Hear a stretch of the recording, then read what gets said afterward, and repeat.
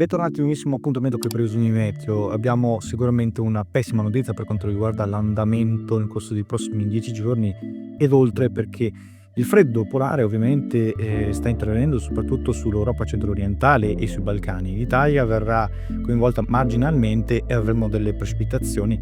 poco significative e, come potete notare anche dalla grafica, dopo il passaggio che abbiamo vissuto nella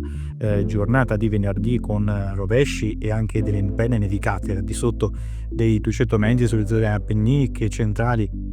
e anche del nord-est, abbiamo, come potete vedere, un'espansione del campo anticiclonico, quindi l'aria fredda si spingerà solamente verso i Balcani e sul Mar Nero, coinvolgendo queste zone direttamente con nevicate a quote molto basse per tutta quanta la settimana. Invece l'Italia sarà costretta a vivere un graduale rialzo delle temperature, specie nei valori massimi, poi entro il weekend anche nei valori minimi, quando saremo sopra la media in modo nuovamente netto e quando le correnti umide atlantiche, come potete vedere da questa immagine, saranno ben distanti dall'Italia, cercheranno di spingere verso l'Europa, ma il jet stream, la onda che permette agli anticicloni di avanzare, ovviamente frena l'avanzata di queste correnti umide atlantiche, porteranno al massimo un po' di nuvolosità, ma la prevalenza della stabilità e anche di nuova comparsa di nebbie sulle pianure tornerà a partire entro il weekend prossimo. E come potete vedere, la giornata di lunedì assisteremo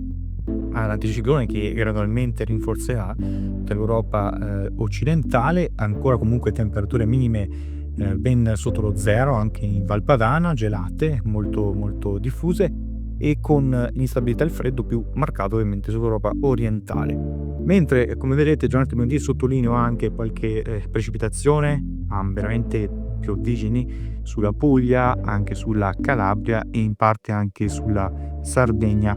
settentrionale, mentre il resto prevarrà bel tempo. Giornata di martedì continuerà ad avanzare l'alta pressione, spingendo da ovest verso est. Il flusso più freddo continuerà a spostarsi verso i Balcani, verso l'Europa orientale. Per quanto riguarda la giornata di mercoledì, come potete vedere, avremo una situazione analoga con più nubi comunque al nord, in modo particolare sull'Emilia Romagna e al nord-ovest,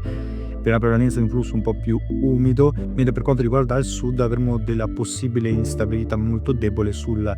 catanese e poi anche sulla bassa Toscana. Giornata di giovedì, vedete ancora come si avanza l'anticiclone, procede sempre più in direzione verso la Scandinavia, venti da sud-ovest portano le correnti sempre più miti, pensate soprattutto sulla Sardegna, e ancora dei piovaschi potremmo assistere invece una giornata di giovedì soprattutto sulla Sicilia centrale, e vedete comunque come il mood sarà questo e continueremo ad avere un'alta pressione ben prevalente con temperature in aumento nei valori minimi, pensate anche sopra i 5 gradi in pianura a partire da giovedì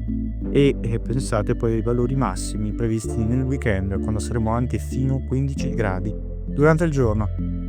Vi segnalo solo, come vedete da questa grafica, per la giornata di venerdì come potremo assistere a un minimo depressionario che poi andrà dirigendosi verso il Nord Africa, ma non andrà ad influenzare l'Italia, quindi insomma una situazione davvero molto analoga. Nevicate abbondanti, come vedete, sul Mar Nero continueranno ad esserci, freddo ago appunto in quel settore. Questa la proiezione meteo. Brutte notizie ovviamente, sperando di avere novità per affondi freddi più avanti. Ci vedremo nel corso dei prossimi aggiornamenti meteo.